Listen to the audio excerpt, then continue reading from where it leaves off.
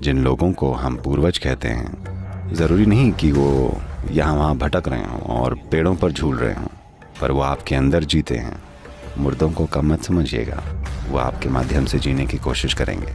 तो उस समाज में जहाँ नवयुवा सबसे ज़्यादा दुख झेलते हैं, ये समय आपके जीवन का एक तरह से सबसे बढ़िया हिस्सा है, पर वो सबसे ज़्यादा दुखी होते हैं। अगर आपके घरों में ऐसे लोग हैं तो आपको इस पर ज़रूर ध्यान देना चाहिए। अभी कुछ ही दिनों बाद महालय अमावस्या है। ये साल का वो समय है जब हम सर्दियों में दिन और रात के बराबर होने के दिन के करीब होते हैं। ये साल का वो समय है जब धरती में स्त्री गुण सबसे ज्यादा होता है, खासकर उत्तरी गोलार्ध में धरती का स्त्री गुण और ज्यादा बढ़ जाता है। तो प्रभावशाली स्त्री गुण वाले पितृपक्ष या महालय अमावस्या को ऐसे समय के रूप में भी देखा जाता है जब हम हमारे पूर्वजों को सम्मान और आदर देते हैं। पूर्वजों का क्या महत्व है, वो तो मर गए हैं, अब हम उनकी चिंता क्यों करें। वेल, प्रॉब्लम ये है कि आप जैसे आज हैं, आज की दुनिया में आप लगातार गूगल पर होते हैं। शायद आपको लगता हो कि आपको गूगल वाली औरत नहीं पैदा किया है। जिन लोगों को हम पूर्वज कहते हैं, ज़रूरी नहीं कि वो यहाँ वहाँ भटक रहे हों और पेड़ों पर झूल रहे हों, पर वो आपके अंदर जीते हैं। आपके अंदर आपके वंश का असर कितना अब भी जिंदा है। एक स्तर पर ये आपका जीवन समृद्ध बनाता है और दूसरे स्तर पर यह आपका जीवन गुलाम बनाता है। हम जो हैं, जैसे भी हैं, वो सिर्फ अपने पूर्वजों की वजह से हैं।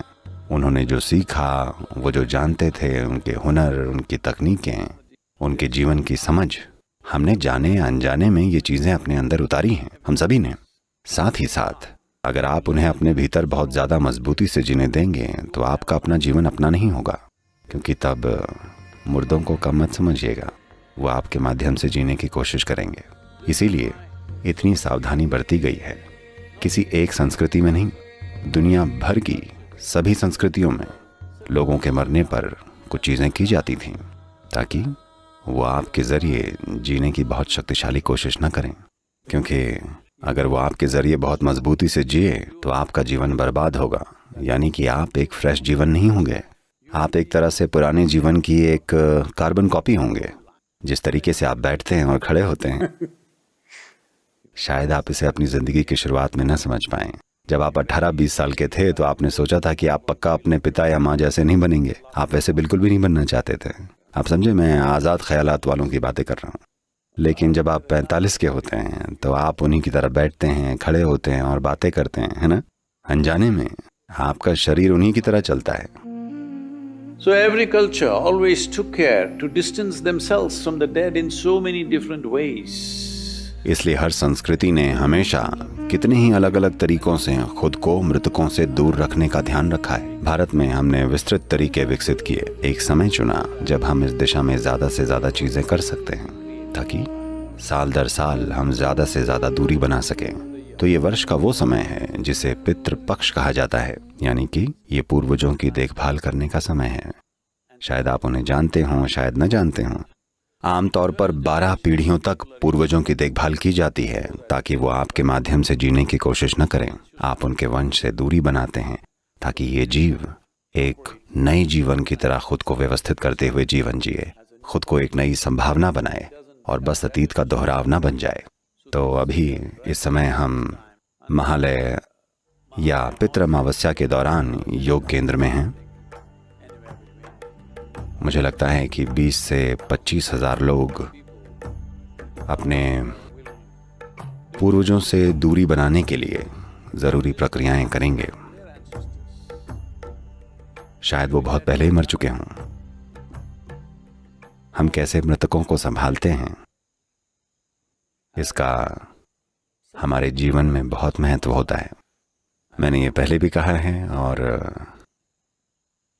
अब इस पर कुछ जगहों पर रिसर्च हो रही है, क्योंकि आप जीवन में जो गौर करते हैं उसे अब रिसर्च नहीं माना जाता। आपको लैब में चूहों पर गौर करना पड़ता है। क्या उनके पूर्वजों के बर्ताव का उन पर असर पड़ता है? अगर चूहों पर असर पड़ता है तभी आप पर भी पड़ेगा। चूहा दौड़ है ना।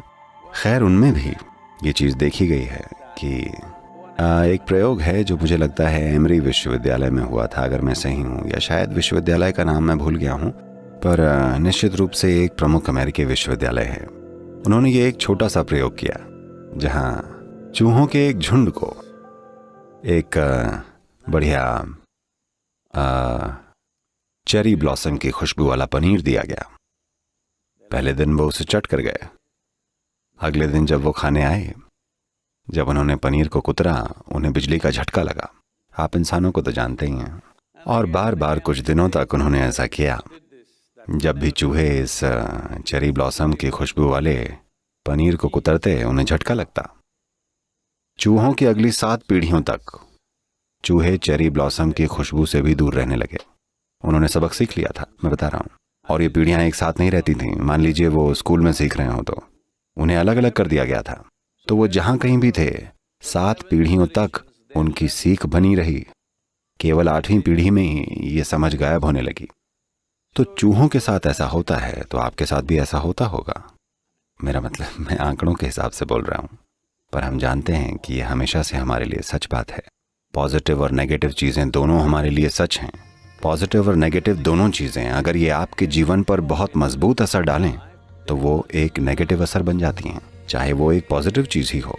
पर अगर उसका असर बहुत मजबूत बन जाए तो वो चीज़ नेगेटिव बन जाएगी। क्योंकि आपकी 7 पीढ़ियों में, मैं केवल 7 बोल रहा हूँ, ठीक है। महालय अमावस्या में हम 12 का ख्याल रखते हैं, लेकिन क्या करें, उन पीढ़ियों पुराने लोगों को जिन्हें हमने खो दिया है, शायद हम उन्हें जानते नहीं, हम उनके नाम नहीं जानते, उनकी तस्वीरें नहीं देखी, पर वो हमारे जरिए जी रहे हैं। तो 7 या 12 पीढ़ियों पहले उन्होंने जो कुछ भी सीखा था, अगर वो प्रभाव आप पर बहुत ज़्यादा असर डाले तो अब आज घटित होते जीवन में बेमतलब रह जाएंगे। तो आपको चेरी ब्लॉसम का डर है।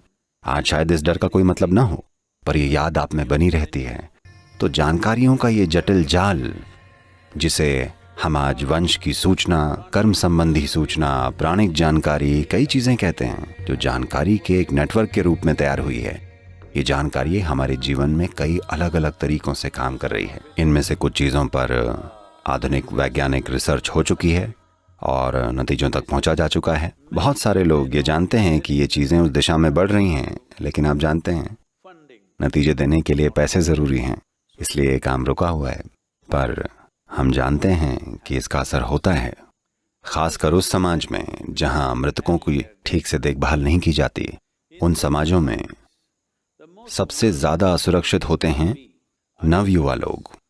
पैदा होने से 8 वर्ष की उम्र तक बच्चों के पास आमतौर पर एक तरह की सुरक्षा होती है, पूर्वजों से इम्यूनिटी होती है। वो अपने ही तरीके से जीते हैं, लेकिन 8 और 18 के बीच देखभाल न किए गए पुश्तों का असर, क्योंकि शब्दों की कमी है इसलिए मैं कह रहा हूँ, उनकी आत्मा या उनकी यादें किशोरों पर कहर ढाती हैं। तो उस समाज में जहाँ नवयुवा सबसे ज़्यादा दुख झेलते हैं, ये समय आपके जीवन का एक तरह से सबसे बढ़िया हिस्सा है, पर वो सबसे ज़्यादा दुखी होते हैं। आपको पता होना चाहिए उस समाज ने अपने मृतकों की ठीक से देखभाल नहीं की है।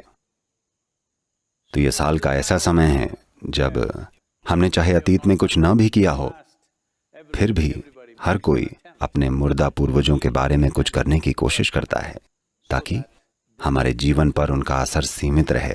वो जैसे थे हम उनकी सराहना करते हैं, हम उनके योगदान की भी इज्जत करते हैं।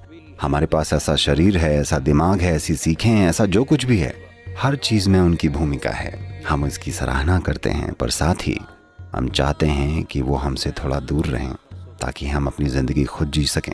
ये महत्वपूर्ण है, वरना उनका असर बहुत ज़्यादा ज़बरदस्त होगा। नवयुवा और गर्भावस्था के बाद की महिलाएं इन ताकतों से सबसे ज़्यादा असुरक्षित हैं। ये बहुत ज़रूरी है। अगर आपके घरों में ऐसे लोग हैं तो आपको इस पर ज़रूर ध्यान देना चाहिए। तो उस दिन को महालय अमावस्या कहते हैं।